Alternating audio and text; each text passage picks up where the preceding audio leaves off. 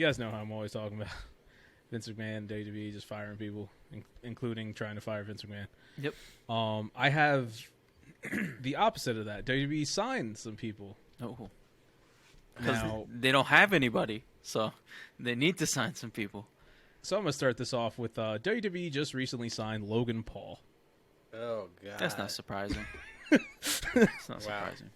Yeah, so he has... I think the contract is more or less supposed to be like a... He's not going to be appearing every week in wrestling because he ain't a wrestler. Mm-hmm. But he's going to show up to like big events, like SummerSlam pay-per-views coming up. He's going to be there for that. So he's going to be there for the big shows. And I'm sure WWE's going to try to work him into being a babyface, and it ain't going to work. People just don't like this guy. He's a natural-born heel. Also, WWE he is good at being a heel, so they should just do that. But well, every time they brought him in, they try to make him a babyface, and then people start booing him. Like, well, I guess he's going to be a heel again. Mm-hmm. But they also signed former Bellator fighter Valerie Loretta. She's now officially signed by WWE. I don't know much about her. She has a 4-1 record in MMA, so she's fairly new to the game, I guess, of mixed martial arts. I guess professionally, yeah. Yeah, professionally, exactly. Not, But hopefully she does something. I don't know. I just don't know anymore, WWE. Another thing I want to talk about is Ric Flair's last match is coming up soon. We still don't know who the fuck he's fighting. But they've been announcing other matches that are going to take place on the card. It's looking like it's going to be a pretty good show overall. Josh Alexander, the Impact World Champion, is going up against Jacob Fatu, who's one of the many members of the Samoan dynasty. Basically related to everyone who's ever been Samoan that's not Samoa Joe. Yeah. Fatu. That's Rikishi's last name. That should be a movement. #Fat2. We also have the Impact Knockouts Championship, where Jordan Grace is going to be defending her title against Deanna Purrazzo and Rachel Ellering. I stand with fat people. We support the fatties. The Wolves, Eddie Edwards and Davey Richards, are going to be going up against the Motor City Machine Guns, Chris Sabin and Alex Shelley. That's a dream match, something it's old school. It's cool that we get to see it there again. And then we have Killer Cross going up against Davey Boy Smith Jr. So overall, it's going to be one hell of a card. You got all that, plus you got some old guy fighting somebody. Probably some other old guy. Most likely. I just hope it's some form of a tag team match.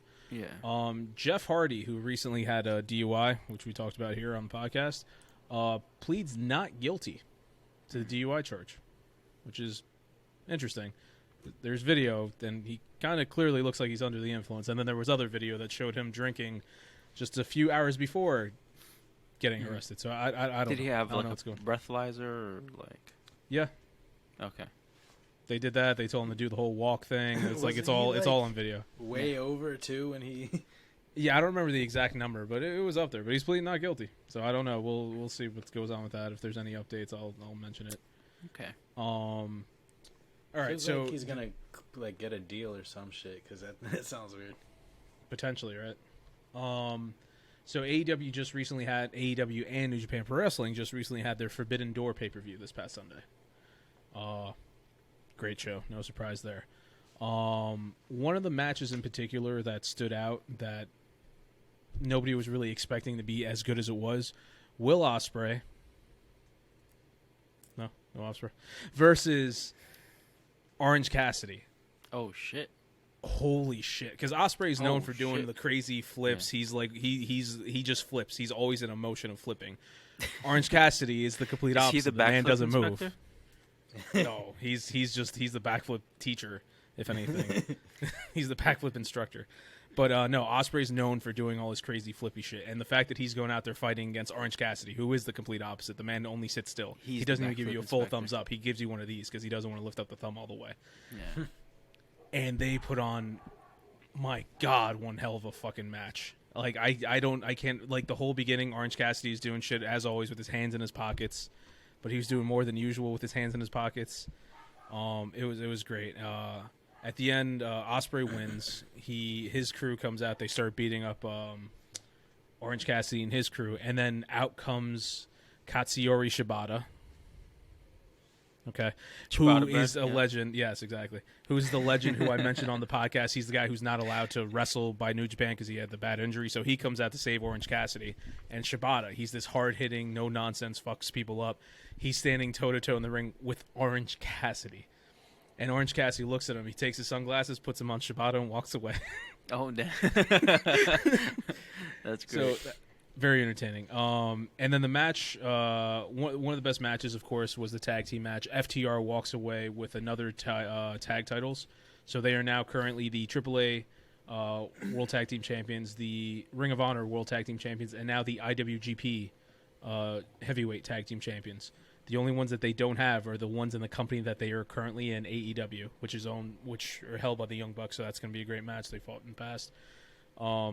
Main event, we had Jon Moxley become the interim AEW World Heavyweight Champion by defeating Hiroshi Tanahashi.